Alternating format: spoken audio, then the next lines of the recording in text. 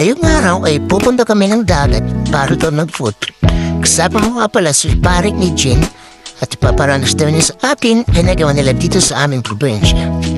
Nagdala kami ng bigas at doon na namin siya lulutuin. Tapos mamamana daw si paring ni Jen ng pangmulam namin sa tanghalian. Bali kasama din namin si Pinsan Anyer at paring ito.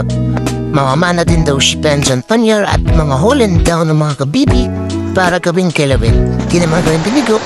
May mga nahuli na siya. Walang dyan dahil at mga isda. Kami magsigurado yung mga gusto na daw mag-food. At si Tulkik ay pupunta ng mamana.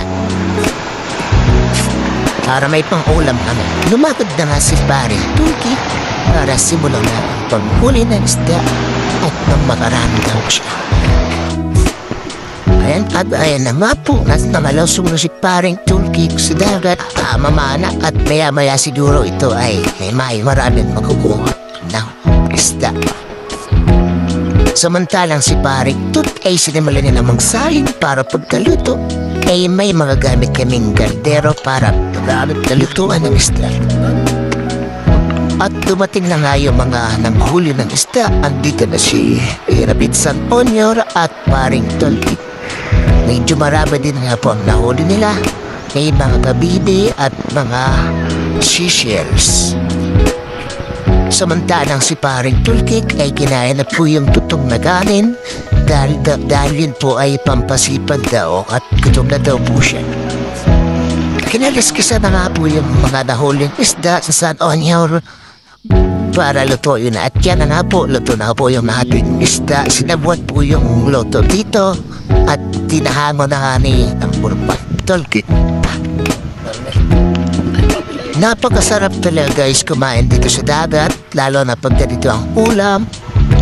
Talaga namang mapapadami ka ng kain at siguradong ubos ang isang kalderong kanin, diba?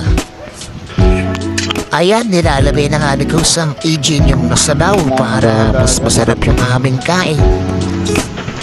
Apat nga lang kaming buwaba dito sa dagat kasama ang anak ni Pinsan Anyer na guys. Kami lang po yung maubos dito mga guys. And after na naming mag-food trip sa dagat, kinahaponan, napasama ang aking pinsan na maglibot-libot dito sa aming isla sa mga tourist spot na maganda dito. Pumunta muna kami ng Parola, footbridge, and mangrove forest, tsaka sa panorama.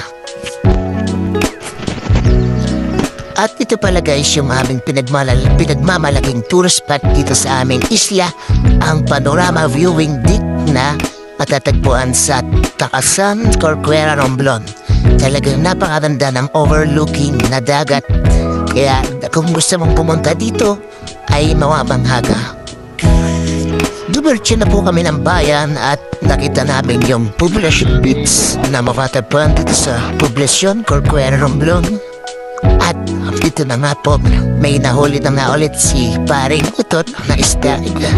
Naman na po kasi siya guys. Tawang-tawang sa isang kwatro.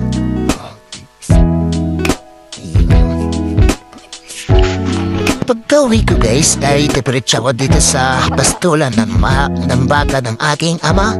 At nakita ko yung dalawang alaga namin baka na malulusog. At hanggang dito na lang muna natin vlog at see you on my next vlog. Say